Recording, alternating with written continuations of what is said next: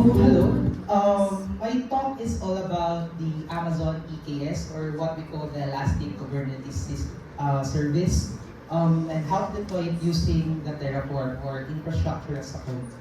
So my talk is a little bit very technical and like for mid-level, intermediate level. So and I'll be explaining it the concepts in as easy as basic as possible as I can. So before we proceed, let me introduce myself. So hi, I am Lambert, and I am a nocturnal cloud engineer at Tenet Health, where I work like 16 hours sometimes, and I work at the US shift. So yeah, very low IBANs. Then next is I cook, I build PC, and I trade as a hobby. And yeah, all throughout my cloud career, I achieved 5 certifications after I shifted as a product designer. So, what is Kubernetes or what is K8s? So, if you're curious why K8s is tawag sa Kubernetes is if ibibilangin mo yung letters between K and S, eight letters siya. So, another way to abbreviate some technical terms, no? But yeah, to define this, let's have a story on how it is used in the industry. So, meet Trev. So, Trev is working in a software company, and they are currently making an e-commerce platform, which is their e-commerce platform is a massive release. However, it may be a good thing in the company. It is a headache to him. And currently, all their products are hosted in a private data center, or what they call the on-premise setup. So every day, Trev experiences a lot of issues or a lot of headaches since their user base scaled a lot than they expected. So sometimes he receives a message in the middle of the night saying that their app is not working or their app is not scaling well, causing that the users are not accessing the app or having some fast latencies or low latencies. So the current app state is currently they have modernized their app.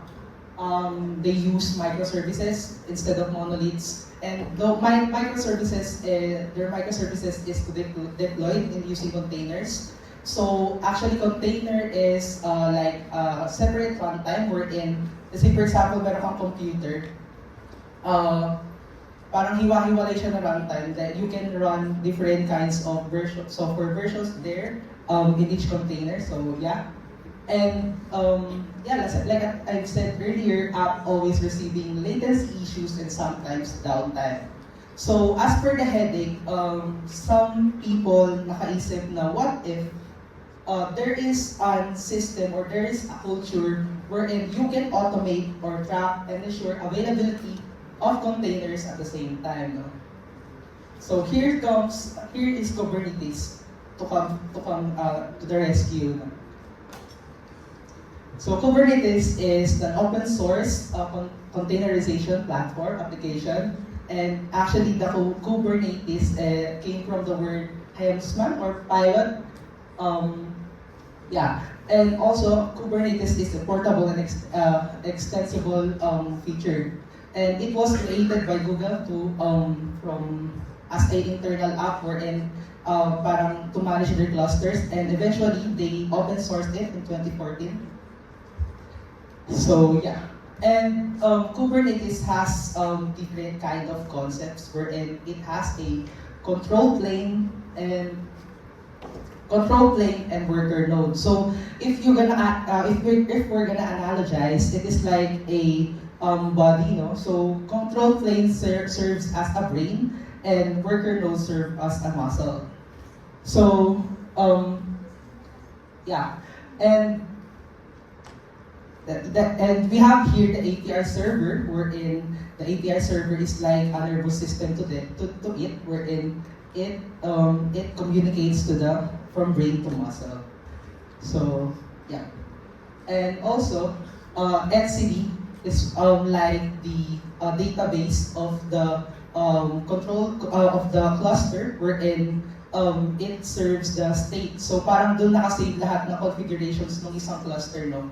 So parang doon dapat ganito yung specs, ganito parang let's say for example 8 gigs of RAM, 16 gigs of memory, something like that. So yeah, as well as the scheduler. So scheduler is like siya yung nagbibigay ng parang siya yung nagdadagdag ng loads, siya yung nagbabawas ng loads if kailangan. So it auto scales.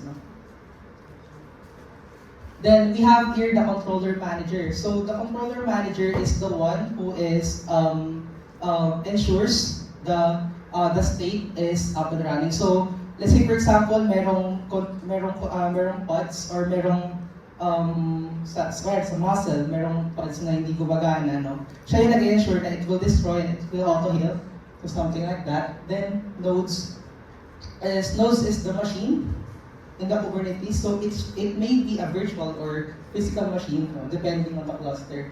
Then lastly is the kubelet. Yan. So the kubelet is the one who communicates from brain to muscle. Like what I've said earlier, it's like a nervous system.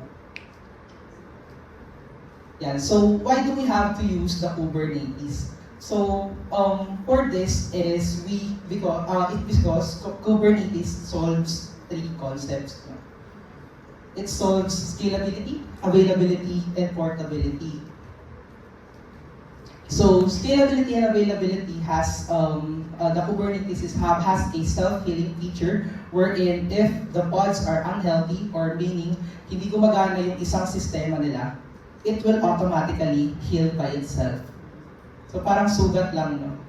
Then next is automated rollback. So let's say for example, nag-update ka ng app sa Kubernetes, then hindi siya gumagana, it will automatically flash doon as unhealthy or hindi siya functionable or merong latency. And what the Kubernetes do, it will push its state to become unhealthy state. No? So i-roll back niya. Let's say for example, nag-update ka, ibabalik niya doon sa pinaka-healthy state. Next is horizontal scaling. So horizontal scaling, let's say for example, you need some demands. So you have, let's say for example, 10,000 of users, then hindi na yung current specifications ng app mo, hindi na niya kaya. It will horizontal scale or dadami based doon sa para makater yung app and bumalik sa normal state.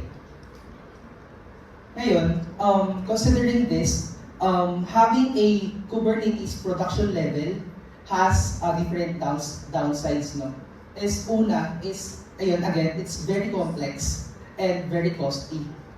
The next is, it has the operational overhead. You have to hire some sysops that has specialty on Kubernetes or DevOps engineer has specialty on it to manage your clusters.